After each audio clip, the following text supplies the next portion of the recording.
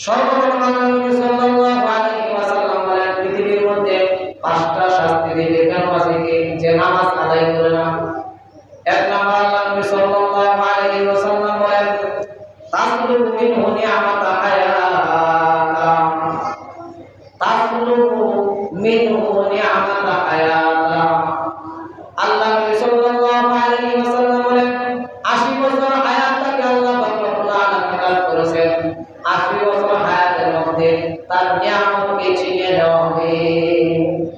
তাসলু মানে সলব করে নেওয়া হবে, তার নিয়ামতের তার সমস্ত নিয়ামতগুলোকে ছিনিয়ে নেওয়া হবে। এখন নিয়ামতের দ্বারা উদ্দেশ্য সব জিনিস, নিয়ামতের দ্বারা উদ্দেশ্য হলো সমস্ত জিনিস। ইবনে কাসির রাহমাতুল্লাহি আলাইহি বলেন তাসলুকু নি'মাতা হায়াতা, নিয়ামতকে ছিনিয়ে নেওয়া হবে। এই কথার অর্থ কি? আল্লাহ রাব্বুল আলামিন বলেন ফাওয়াইলুল লিল মুসাল্লিন আল্লাযীনা হুম আন সালাতিহিম সাহুন। যারা নামাজ পড়ে না, নামাজ আদায় করে না, তাদের জন্য একটা জাহান্নাম রাখা হয়েছে। নাউযুবিল্লাহ।